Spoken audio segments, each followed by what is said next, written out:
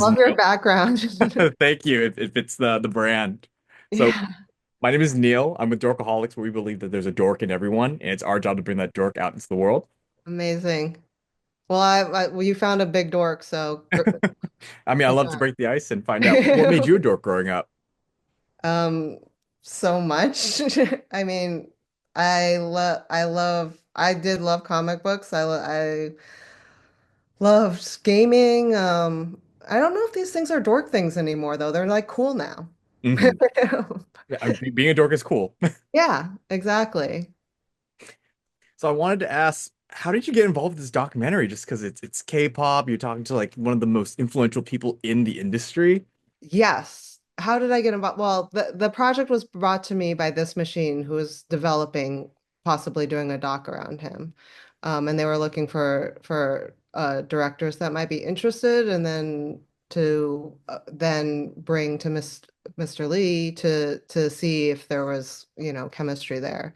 So that was sort of the journey of that. When it was presented to me, I it was seemed like such a huge opportunity because I did not know much about K-pop other than the fact that it is a global worldwide phenomenon with an incredible fan base, and um that it was a force. So I saw it as an opportunity to really learn about it and dive into this world with one of the founding fathers of it.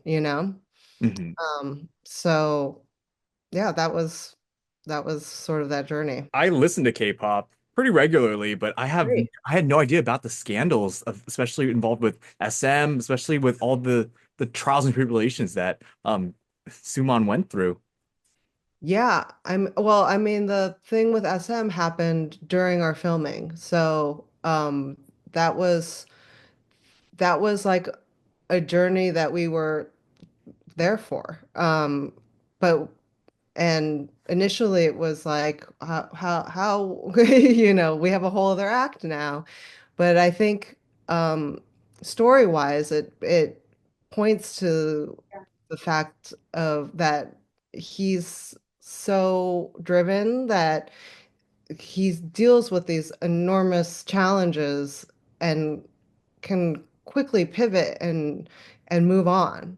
He's started a new company and is as excited as he ever was, about the future. And he's always forward looking in that way. That shot where he's getting scanned into what I believe would be like a VR rendering of himself. Were you there for that shot being Yeah, we shot that. Yeah, that was so it's like this 360 cage with a million cameras that capture you from every angle, and all that information gets used to make an avatar of yourself, basically.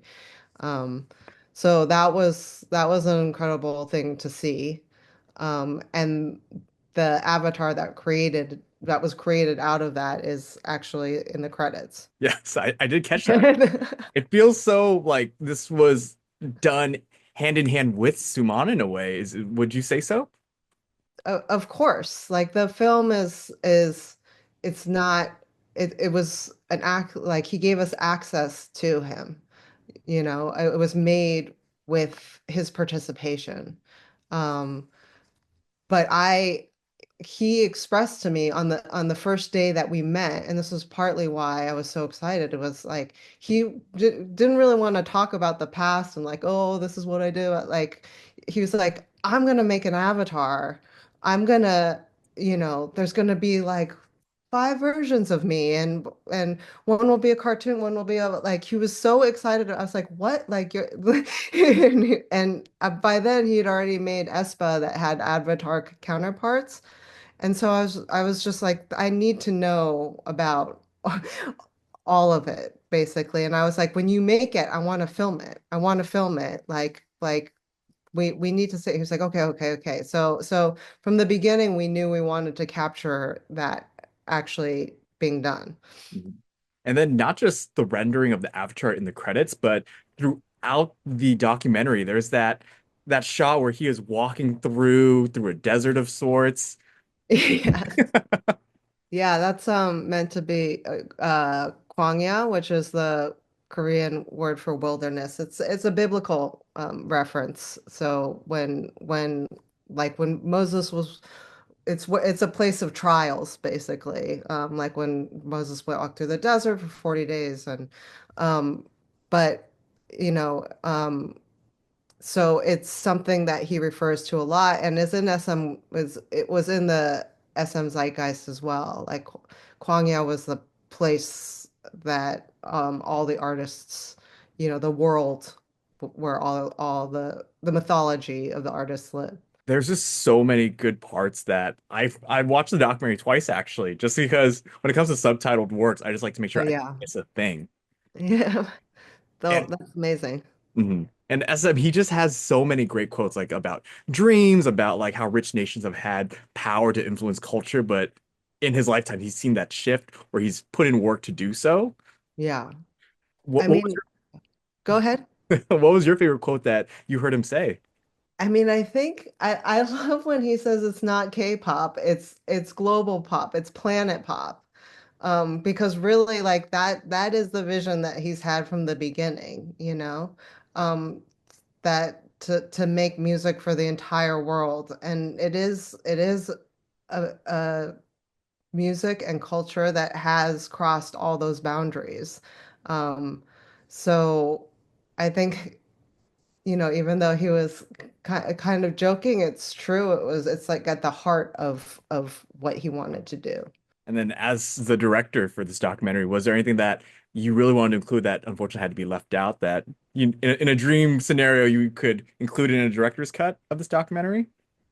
I mean, I think there were a lot of groups that we just simply didn't have the time to feature, you know. It's the and amazing groups, like Red Velvet, SES, Girls' Generation. We didn't do, even though we use them in the bebop scene, we don't really go into them. They all have incredible stories and artists, but there's just simply because of the amount of talent that he's created over the years, there just wasn't time to feature everybody. I'm getting the note that we have 2 minutes left, so I wanted to know when it came to making this documentary, like through the process of getting it done, was there a specific North Star or feeling or realization that you wanted audiences to have by the end of it? Well, I hope that everybody finds something that they can connect with and find interesting. I think that there's so many layers to this documentary. Yes, it's a story about K-pop.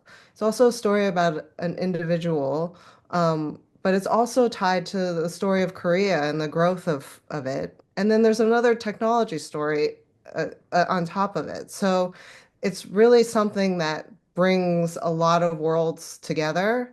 Um, and it's not just, and hopefully that reaches and is of interest to and anybody. Everybody will find something in it that they're like, oh, like that's fascinating. No, I definitely agree. Like different gears in my heads were like spinning as I was watching this because there's so much more to SM I didn't even realize. Yeah. Mhm. Well, thank you so much for your time today, Ting. It's been a pleasure speaking with you. I really enjoyed the documentary, and I can't wait for more people to see it when it's on Amazon Prime Video. Thank you so much. It was a pleasure.